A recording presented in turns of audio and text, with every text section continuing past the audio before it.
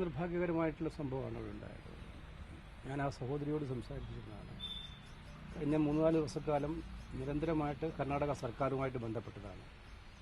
ദുരന്തങ്ങൾ ഓരോ കുടുംബത്തിനും ഉണ്ടാക്കുന്ന ആഘാതങ്ങൾ നമുക്ക് മനസ്സിലാക്കാൻ കഴിയുന്നുണ്ട്.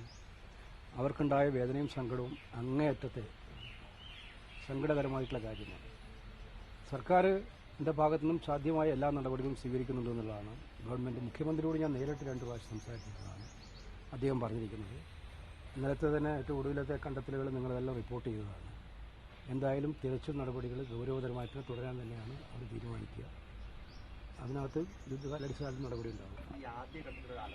അത് ഇന്നലെ മുഖ്യമന്ത്രി തന്നെ പറഞ്ഞല്ലോ, എവിടെയെങ്കിലും അലംഭാവം ഉണ്ടായിട്ടുണ്ടെങ്കിൽ അത് ചർച്ച ചെയ്യേണ്ടത് ഈ സമയത്തല്ല. ഇത് കഴിഞ്ഞാൽ ഉടനെ ഫിക്സ് ചെയ്യും, ഉറപ്പാണ്.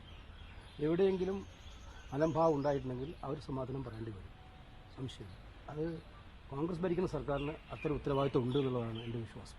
ഈ ലോക്സഭാ തെരഞ്ഞെടുപ്പ് ഫലം വന്നതിന് ശേഷം RSSന്റെ ഭാഗത്തു നിന്ന് പ്രധാനമന്ത്രിക്കെതിരെ വിമർശനങ്ങൾ ഉയർന്നുകൊണ്ടിരിക്കുകയാണ്. ആ ബന്ധവും വഷളായിട്ടുണ്ട്. ആ ഒരു അതിനൊന്ന് മയപ്പെടുത്താൻ വേണ്ടിയിട്ടാണോ ഈ കേന്ദ്ര സർക്കാർ ഉദ്യോഗസ്ഥരുടെ അല്ല, അത് ആത്മാർത്ഥമായ വിമർശനമാണോ? അതല്ല, ഇത് വരുന്ന എതിർപ്പുകളെ ഒന്ന് ഡൈവേർട്ട് ചെയ്യാനുള്ള ശ്രമമാണോ? ഇതൊക്കെ കണ്ടറിയണം.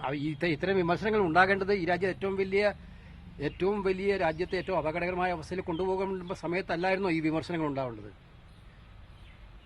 ജനങ്ങൾക്ക് വേണ്ടി ചെയ്യേണ്ട സർക്കാർ ജനങ്ങളെ ഭിന്നിപ്പിച്ചുകൊണ്ട് ജനങ്ങൾക്കെതിരായ സമീപനം മാത്രം സ്വീകരിക്കുമ്പോൾ ഈ സംഘടനകളൊക്കെ മൗനമായിരുന്നു. പക്ഷേ എന്നാലും അവരിപ്പോൾ പറയുന്നത് പറയട്ടെ, എന്താണെന്ന് കാത്തിരുന്ന് കാണാം.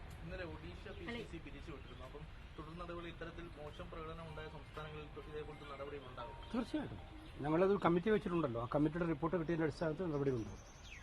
Thank you.